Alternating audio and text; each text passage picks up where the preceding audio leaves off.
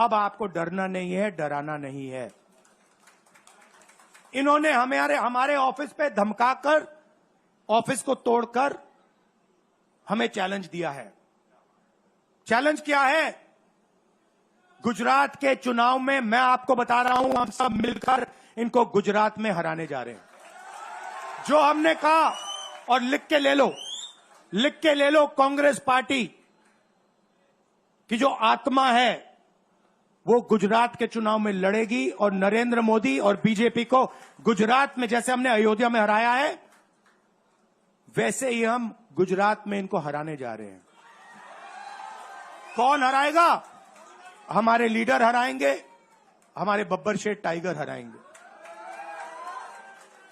राहुल गांधी ने सर आज कहा है कि जैसे अयोध्या में हम लोगों ने बीजेपी और एनडीए को हराया है, वैसे ही अहमदाबाद में यानी कि गुजरात में भी हराएंगे। पहले तो राहुल जी समझ जाएं कि अयोध्या वो पार्लियामेंट में भी कह रहे थे, अयोध्या नहीं फैजाबाद विधानसभा है, लोकसभा है, अयोध्या उसकी एक विधानसभा है। ऐसे में अगर ये लोग सोच रहे हैं कि वहां की जीत इनके लिए कोई बहुत बड़ी जीत है, हम लोग भी आकलन कर रहे हैं कि कहाँ पे क्या कमी रही, चूक रही। इसके बाद उससे सीखते हुए जहां हम लोग मजबूती से आगे बढ़ेंगे, वहीं इन लोगों का ये अहंकार, दहाई का आंकड़ा आप लोग पार नहीं कर पाए, 100+ आप लोग कर नहीं पाए, उसके बाद इतना अहंकार कि हम लोग ये दिखाएंगे वो दिखाएंगे, मुझे नहीं लगता ये लंबे समय तक टिकने वाला है। आने वाले दिनों में कई राज्यों में भी चुनाव है, अपने आप परिणाम बताएंगे कि एनडीए कितनी मजबूत है। तेजस्वी यादव ने आज लोकसभा चुनाव में 32 सीटें ऐसी थी जो आप कभी नहीं हारे थे, सन 47 से आज तक, उसमें से आप आधी सीटें हार गए, और उसमें और किसी ने नहीं, इस इंडी गठबंधन सहयोगी ने ही आपकी सबसे ज्यादा वोट प्रतिशत खाया है। इसलिए यथार्थ पे बात करिए और धार्मिक विषयों के ऊपर संवेदना से बात करिए, सम्मान और गरिमा से बात करिए, उच्छृंखलता से बात न करिए। जिस प्रकार से वो ईश्वर के संदर्भ में बात करते हैं, मैं उनसे कहना चाहूंगा, यदि आप अपने को शिव भक्त कहते हैं तो भगवान शंकर ने भी भगवान राम की स्तुति में जय राम रमा रमणम शमनम भवताप व्याकुल ताहि जनम बाकायदा स्तुति का ही। और आप श्री राम के प्रति इस प्रकार का भाव रखते हैं, अगर नहीं है तो फिर आप समझ लीजिए आपकी भक्ति श्री राम की भक्ति नहीं है। शिव का भक्त तो राम के विरोधी भी थे। आप स्वयं समझ लीजिए आपकी भक्ति किस स्तर की है। पुनः मैं ये भी कहना चाहूंगा, अहंकार को छोड़िए, अभिमान को छोड़िए और सरलता के साथ, ईमानदारी के साथ और विनम्रता के साथ धार्मिक विषयों पे बोलिए। जो रामचरितमानस में लिखा है, अजहु तात त्यागी अभिमाना भजहु राम हुई है कल्याण। अभिमान को त्यागिए और गंभीरता गरिमा से बात करिए। और जिस तरीके से वो उच्छृंखलता दिखा रहे हैं, तो मुझे वो उर्दू की नज्म की वो लाइन बहुत उपयुक्त नजर आती है राहुल गांधी जी पे।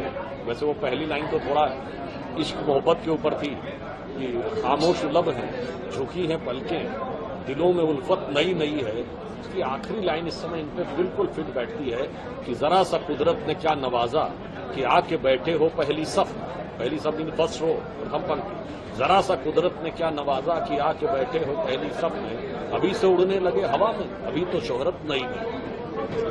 सर, राहुल गांधी कह रहे हैं कि संसद में लोको पायलट का मुद्दा उठाएंगे, लोको पायलट का मुद्दा उठाएंगे। गर्मी में वो लोग काम करते हैं, उनको सुविधाएं, बेसिक सुविधाएं तक नहीं मिल पा रही है मोदी सरकार की लीडरशिप में।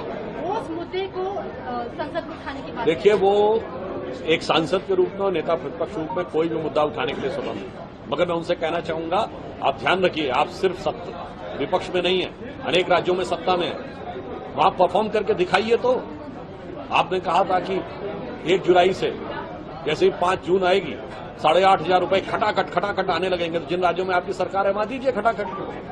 आप कहेंगे राज्य सरकार के पास धन कम है तो 6,000 दीजिए। जैसे हम लोग जब विपक्ष में थे तो हम सिर्फ व्यर्थ का वितंडावाद नहीं बनाते, गुजरात मॉडल करके दिखाया था।